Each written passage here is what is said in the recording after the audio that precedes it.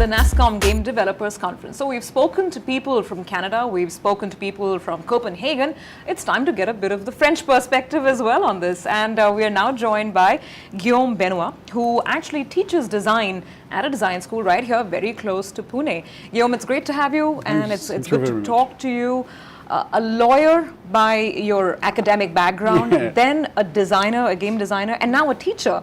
Yeah. So this is a very diverse journey. Yeah, it's a journey. Everybody has his own journey to his own interest, and I'm quite satisfied because every study that I've done grant me experience, knowledge that I use after that in my step. I use law as a trainer. I use game design in my training. So yes. So how did game design happen to you, and then how did it bring you to India? First, it's passion. It's a passion from since childhood, coming from toys, board games, card games, and after that, video games in the early 18. So yes, video gaming was a passion, a hobby, and video game design comes because I wanted to please my friends. I wanted to create my own games to please people. And yes, it popped up in my mind when I have to select an opportunity. And yes, I was successful to join a good school, Supinfogame in France. And after that, I go in the game industry. And at some point, I have reached a level where I like to design games, but I want to share. I want that my comrades, but also the new joinee, have a real level, have a real understanding of what is wrong, what is right, in order to push forward the game design and also to push forward the industry, the professionalization of the industry, and do not make mistake what we have heard about during the 80s, during the 90s. Yeah, we cannot make again the same mistake. The industry is running really fast nowadays. So yes, we have to push forward to be really professional if we want that also the public consider us as a real industry, not only for players but also for the parents. Sure. So yes, we have to be in that way. You've been teaching design here in India for about 2.5, 3 years now? Yeah, it's been now 2.5, 3 years that I have come in India to teach in DSK Supinfogame. And I'm really happy about it. And what's the experience been like? What do you say about students here? Our students are interesting. I mean, they come from various backgrounds. They come from also various parts of the world. We have European, we have Indian, and the mix of culture, the mix of values, and the mix of experience, past and present, makes them really eager to learn.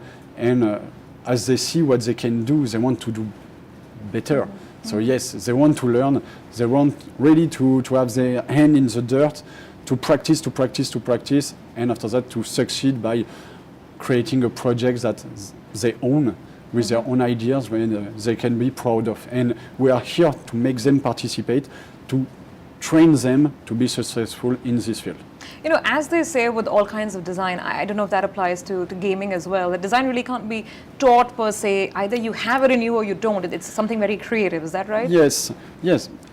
We cannot, we can here learn the process, and we can learn the methodology to be able to be, yes, more creative, but also to be able to select the good ideas and towards the right person. So yes, you can be creative, but at the end, if it's for no one, if it's only for yourself, it's pointless for the industry. What you want is to be able to be creative, to please, and to be able to understand the constraint in order to push forward. So we are really here to help them to gather their ideas, to make them evolve, and to be able to write down them, to be able to speak about it in conference. I mean, at the NASSCOM conference, we have one of our former students that have been successful. He has been in the school for 4 years, for the beginning, and now he's an accomplished game designer with a great project. And I think, yes, it's due to us, it's due to our teaching of how do you formalize your document, how do you speak to people, how do you, work with others. Now tell me something that there are so many platforms, right? There are console games, there are these mobile games which are so popular, social games, free to play, etc. From the point of view of design, is it even possible to have an all-in-one game which travels across platforms? It depends. For a publisher point of view, yeah, that's the best. You target a lot of people, you get money, yes, that's fun. But as a game is it even possible? Yeah, as a game designer, on a developer point of view, each platform has a specific way of programming. They also have a specific way of playing, and therefore the platform also, in that way, have a dedicated target. Target, it's the players that will play the game. So, for example, if you target the next-gen console as the PS3, PS4, it's more for what we call adolescent. It's teenager plus newly adult. And they don't have the same skills in terms of understanding the game, the reaction. So you cannot provide the same type of game to the same platforms. And even if it was possible, it won't be interested. You cannot have, you don't have the same power on iPhone and on, for example, on a console or a PC. Okay. So you have to target really accordingly your platform, your target, and your project, your concept. Is designing for consoles more challenging than, let's say, a free-to-play or a mobile game? It's first the free-to-play is a business model. So it's you can have free-to-play in console, on PC, on mobile. The main difference is what you can do and what are the characteristics of the platform. What we see today is on console you can even tweet. You can now go on internet. On mobile you do the same on PC. So yes, there is this proximity. It will be more in terms of gameplay, meaning how you play the game.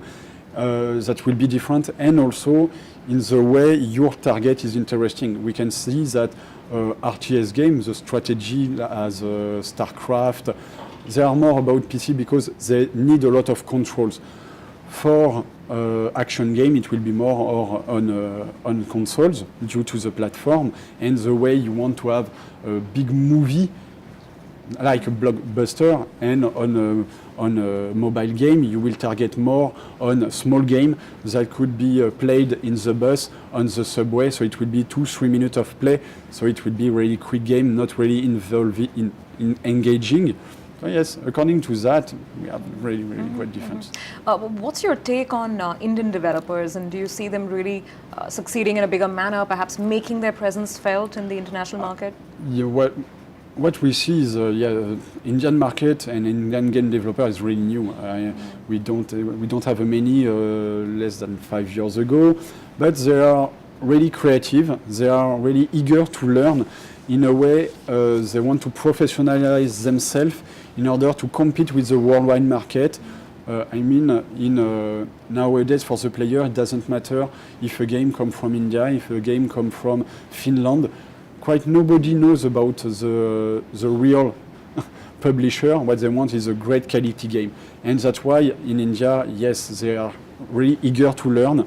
And that's why we have the NASSCOM, when they are sharing their experience, they are teaching and training each other to go to the higher level. And that's what is really interesting with the Indian market, because they are all together in order to grow. They are not, I want to grow, but I compete. That's why it's really interesting to be here and to participate to the evolution.